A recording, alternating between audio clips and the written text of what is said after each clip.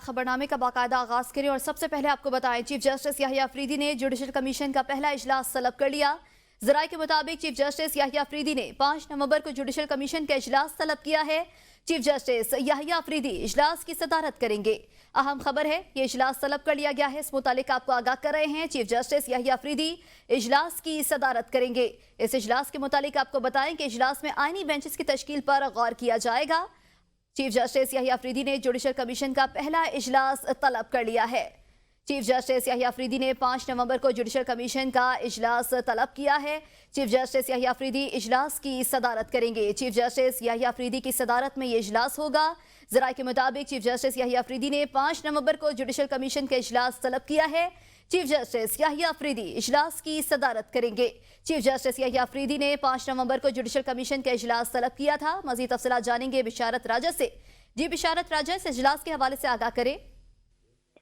जी, ये chief justice Yahya Afridi ने judicial commission का पहला इजलास मंगल को तलब कर लिया है। जराये का यह भी कहना है कि ये मंगल को इजलास सुप्रीम कोर्ट ऑफ पाकिस्तान में होगा और जुडिशल कमीशन के हवाले से इसकी तश्कील आज ही मुकम्मल हुई है, जिसमें पार्लियामेंटेरियन और सुप्रीम कोर्ट ऑफ पाकिस्तान के जजेस 4 जजेस पर मुश्तमिल है। एक में 5वां member supreme court of Pakistan से वो होगा जो आईनी बेंच का को प्रिजाइड करेगा, उसका सरबराह होगा, उसको वो 5वां मेंबर होगा। जुडिशल कमीशन के इजलास में एक तो जजेस की तैनाती के हवाले से मामला बहस आएंगे और दूसरा जो आईनी बेंच की तश्कील है उसका ये फैसला किया जाएगा कि आईनी बेंच का सरबराह कौन होगा, उसको कौन प्रेसिडेंट करेगा। और इस हवाले से मंगल को चीफ जस्टिस ऑफ पाकिस्तान ने हल्फ उठाने के बाद ये पहला जुडिशल कमीशन इजलास है जो उन्होंने तलब किया है। जी सही, बहुत शुक्रिया बिशारत राजा।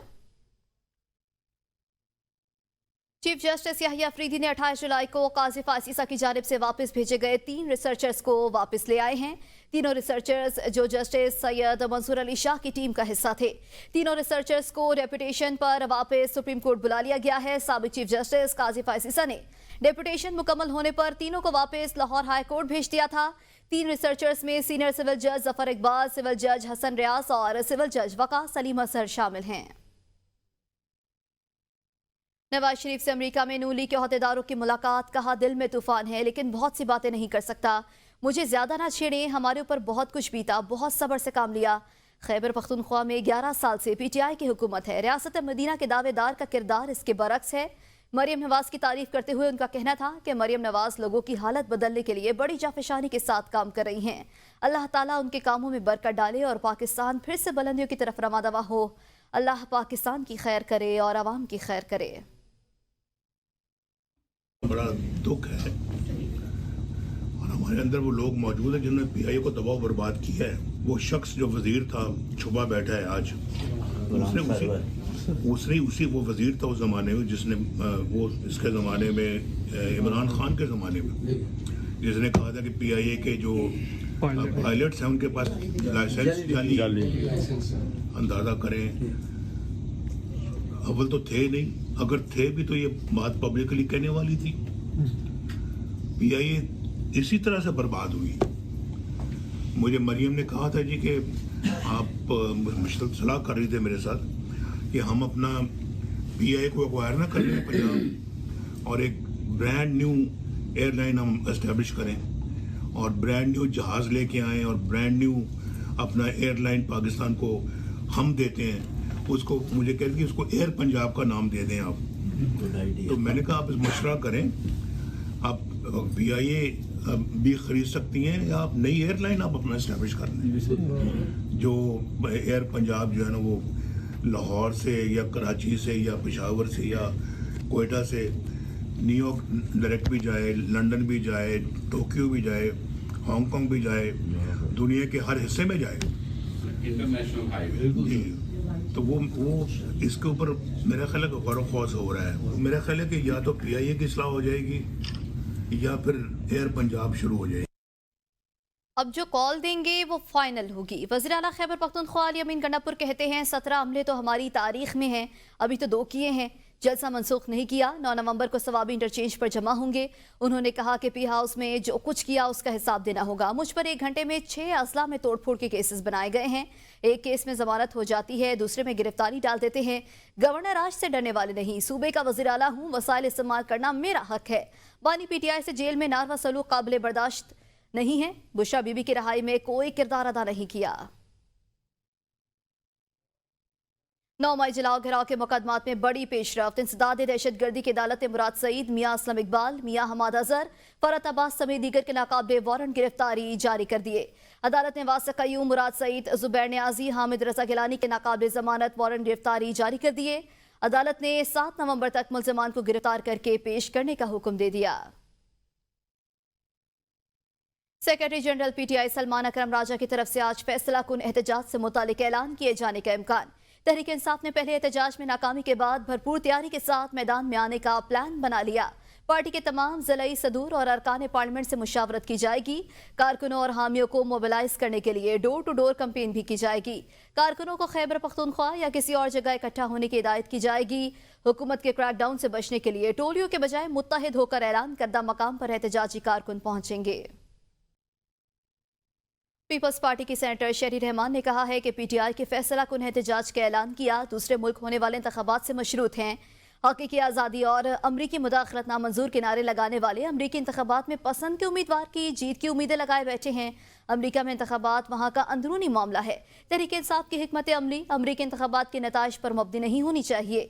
शेरी रहमान ने मजीद कहा कि टुकड़ों और धड़ों में बटी जमात का हर एक फर्द दूसरे पर सवालात उठा रहा है। पार्टी के वकला एक दूसरे से लातालुकी का इजहार कर रहे हैं। कारकुनान को इश्तियाल अंगेजी पर उकसाकर तहरीक इंसाफ की क़यादत छुप जाती है। इस सारी सूरत हाल में फैसला कुन एहतजाज की धमकी मज़ाक़खेज़ है। शेरी जना कॉलोनी से CIA जाम शोरों के एहलकारों से 76 किलो मुनशियात बरामदगी का case. Additional district and session अदालत ने चालान में 5 पुलिस एहलकारों के नाम मुल्ज़मान की फहरिस्त से निकालने पर जारी शोकस नोटिस वापस ले लिया। ट्रायल कोर्ट ने पुलिस एहलकारों के नाम मुकदमे से खारिज करने पर एहलकारों को शोकस नोटिस जारी किया था। साबिक सूबाई वजीर आतिफ खान के खिलाफ एंटी करप्शन का घेरा तंग। महकमा एंटी करप्शन का PTI साबिक सूबाई वजीर आतिफ खान को एक और नोटिस जारी कर दिया गया। आतिफ खान से मर्दान निजी हाउसिंग सोसाइटी की तफसीलात भी तलब की गई हैं। नोटिस के मुताबिक इश्तिहारात में आतिफ खान को बतौर मालिक देखा गया है, जिसकी वजाहत जरूरी है। ज़राई ज़मीन को गैर कानूनी तौर पर रिहायशी जगह में तब्दील किया गया। हुकूमती फंड्स को निजी सोसाइटी के लिए इस्तेमाल का भी इल्जाम है।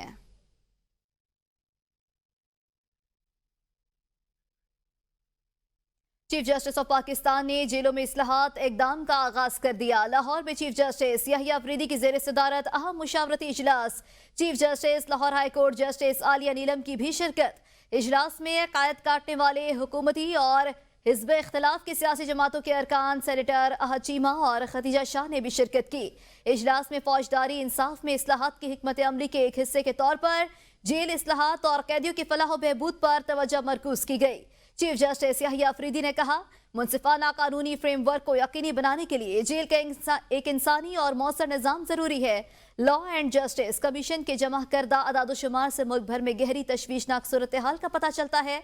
चीफ जस्टिस ने कहा, गुंजाइश से ज्यादा कैदियों को रखा गया है। पंजाब में 36,365 की गुंजाइश, जबकि कैदियों की तादाद 67,837 है।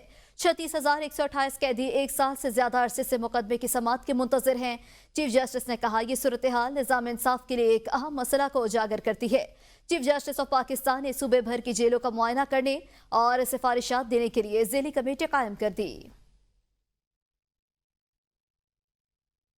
टैक्स अहदाफ पूरा करने में FBR की नाकामी। ज़राए के मुताबिक वर्चुअल बातचीत के दौरान FBR के टैक्स अहदाफ पर नजरसानी की दरख्वास्त मुस्तरद कर दी गई। वज़ीर आज़म ने भी चेयरमैन FBR से रिपोर्ट तलब कर ली। Federal board of revenue tax अहदाफ हासिल करने में नाकाम। आलमी मालियाती इदारे ने भी टैक्स अहदाफ पर नजरसानी की दरख्वास्त को मुस्तरद कर दिया। ज़राए के मुताबिक मीर बादशाह खान को हटाने की तैयारियां चेयरमैन FBR राशिद महमूद लंगड़ियाल की तैनाती के वक्त की गई थी। हामिद अतीक सरवर की जगह पर नजीब अहमद मेमन को मेंबर इन रेवेन्यू पॉलिसी तैनात किया गया। फेडरल बोर्ड ऑफ रेवेन्यू के ज़राए के मुताबिक 60 अरब रुपए के FBR इन्फोर्समेंट के लिए ऑर्डिनेंस भी लाया जा सकता है। तहम इसका हतमी फैसला FBR की जानिब से वज़ीर आज़म शहबाज शरीफ को पेश की जाने वाली परफॉर्मेंसेस रिपोर्ट और इसके बाद तजावीज़ की रोशनी में किया जाएगा। लाहौर में बढ़ती स्मोक के हवाले से लाहौर में ग्रीन लॉकडाउन भी स्मोक खत्म न कर सका। फजाई आलूदगी का रिकॉर्ड टूट गया। सूबाई दारुल हुकूमत आलूदा तरीन शहरों की फहरिस्त में आज फिर पहले नंबर पर मौजूद। DHA के इलाके का air quality index 1319, American consulate के इलाके का एयर क्वालिटी इंडेक्स 1007 हो गया। महकमे मौसमियात के मुताबिक शहर में हद निगाह 0 हो गई है। मुल्तान और गिरदोनवाह में भी स्मोक की शिद्दत में इजाफा, हद निगाह 700 मीटर तक रह गई। माहिरीन माहौलियात के मुताबिक लाहौर की फजा आलूदा होने से सांस लेने में दुश्वारी हो रही है। शहरी मौजूदा फजा में बाहर निकलने से गुरेज करें। बच्चे, बुजुर्ग और बीमार अफराद घर में रहने को तरजीह दें। माहिरीन माहौलियात ने मौजूदा फजा को शहरियों के साथ चरिंद परिंद और पौधों के लिए भी नुकसानदेह करार दे दिया। वज़ीर आला बलोचिस्तान सरफराज बुगटी ने कहा है, बंदूक उठाकर तशद्दुद का रास्ता इख्तियार करने वाले गलत रास्ते पर हैं। कोई भी रियासत को नहीं तोड़ सकता। गवर्नेंस को बेहतर बनाकर ही रहेंगे। पायदार तरक्की का अमल मुमकिन है। बलोचिस्तान के नौजवानों के लिए इल्म और तरक्की के दरवाजे खोल रहे हैं। असातिज़ा बच्चों को हकीकत से आशना करते हुए इनकी मस्बत रहनुमाई करें। मकामी असातिज़ा की जिम्मेदारी है कि वो माशरे को बिगाड़ से निकालें। बलोचिस्तान में पहली बार बेनज़ीर भुट्टो स्कॉलरशिप प्रोग्राम शुरू किया गया। प्रोग्राम में अक़लियतों समेत हर जिला से हर साल 10 बच्चे बच्चियां इस्तिफ़ादा कर सकेंगी। न्यूज़ स्टूडियो से फिल वक्त इतना ही। देखते रहिए ABN न्यूज़, क्योंकि हम हैं कौम की सोच।